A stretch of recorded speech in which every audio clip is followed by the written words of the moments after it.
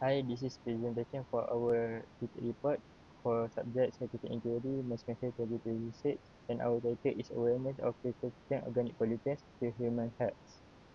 This is our group members consists of Adam Mara, Aidil Rahif, Ashraf Hakimi, Muhammad Fawaz, Zahid Adam, and also Zarif Fawaz. This is our overview consists of abstract, introduction, methodology, questionnaire, article, recommendation, and lastly, conclusion. For the abstract part, POP used in the industry, which is it is toxic, long-lasting, and bioaccumulate in the food chain. POP linked to cancer, reproductive disorder, and developmental issue. It is related to the SDG 3, good health and well-being. Why this study matters? First, public is exposed to POPs every day. When the awareness is low, risk to health increase. So, understanding public knowledge is the key for prevention and education. Our objective for this research is to assess public awareness and understanding the POP health risks, study the link between awareness and health behavior, evaluate the effectiveness of educated program on POPs. The hypothesis of this research consists of null hypothesis and alternative hypothesis. Null hypothesis is no significant link between awareness and health behavior. Alternative hypothesis is significant link exists between awareness and health behavior. Our methodology consists of two, which is questionnaire and laboratory research. We expected to find low public awareness of POPs, lack of knowledge linked to poor health practice, need for targeted education and awareness campaign. The importance of our study is first, helps meet SDG 3. Second, offer recommendations. Third, inform public to avoid POPs.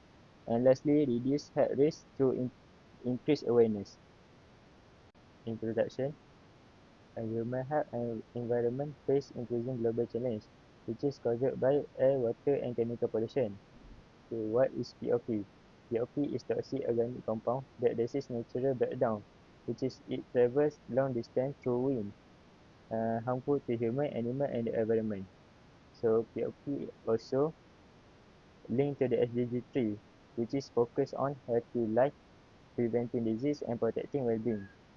Why awareness of POP? This is because the low public and professional awareness, and it also can cause heart risks, which is cancer, reproductive issues, immune system damage.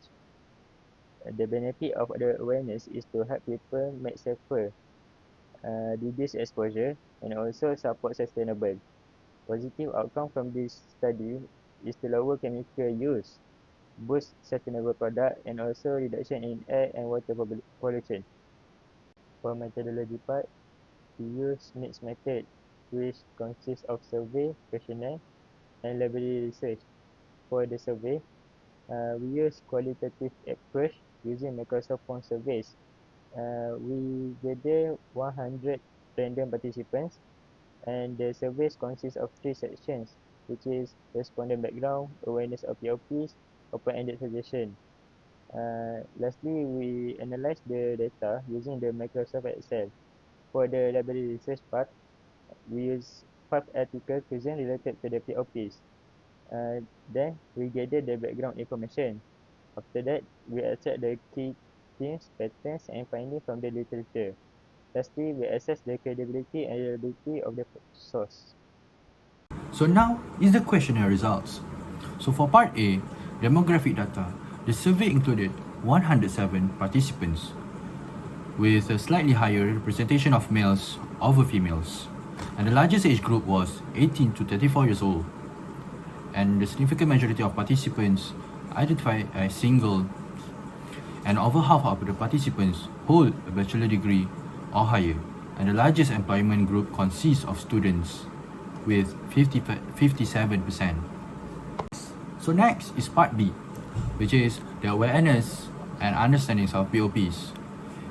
From our survey, only 44% of participants stated that they are aware of POPs, and 60% of respondents do not understand what is persistent organic pollutants, which is POPs, means. and 61% of the participants had never heard the term persistent organic pollutants before. And despite the general lack of awareness, a strong majority of 80% respondents, which is 86 participants, correctly identified an example of persistent organic pollutants.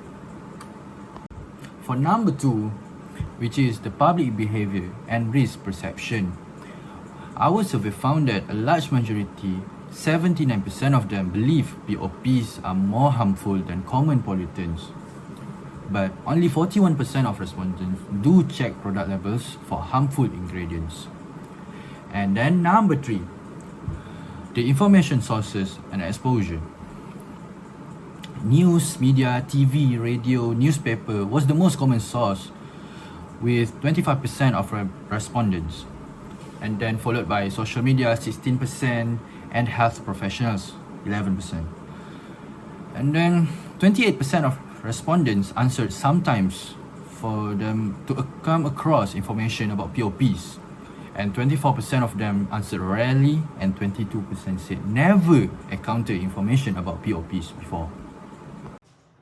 The fourth part of this survey is about the role of education and government policy. Many respondents agree that schools or educational institutions should include topics of persistent organic pollutants in the education syllabus. Majority of the respondents believe that persistent organic pollutants is a serious issue in Malaysia, and many believe that the current awareness of this topic is not sufficient enough. Lastly, more than half respondents agree that government should take action in regulating persistent organic pollutants in industry. Next, the fifth part of this survey is respondents' interest in further learning. Results from survey show that strong majority is interested to know more about persistent organic pollutants. The last part of this survey is an open-ended questions about the suggestion to raise awareness. The most suggested method to raise awareness by the respondents is by using media such as social media. The second suggested method is with school and university, then followed by enforcement and policy by the government, and lastly, with little suggestion, is by the news and or television. Next, we'll move on to the article. Persistent organic pollutants are man-made chemicals that are persistent and toxic. They don't break down easily, linger in the environment, accumulate in living organisms, and travel vast distances, posing a global health threat. Moreover, exposure to POPs mainly happen through contaminated foods. This leads to be serious health issues like endocrine disruption, reproductive problems, various cancers, metabolic disorders, and neurological damage.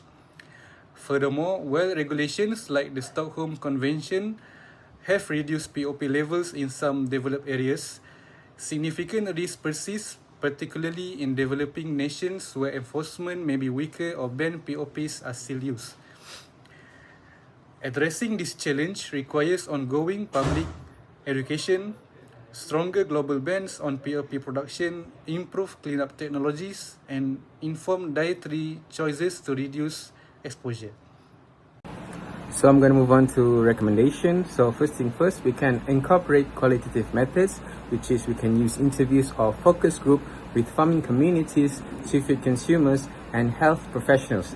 This can help understand local awareness, behavior, and resistance to regulation. Next, we can add comparative policy analysis. This can compare POP reduction, success stories from other countries. This also will identify best practices and what makes some policies more effective. Then we can address dietary recommendation limitations. We can advise to reduce fatty food intakes that lacks in socioeconomics and cultural context. And we can also use a mixed method approach, which is combined food data and ethnographic research. Lastly, we can clarify enforcement challenges.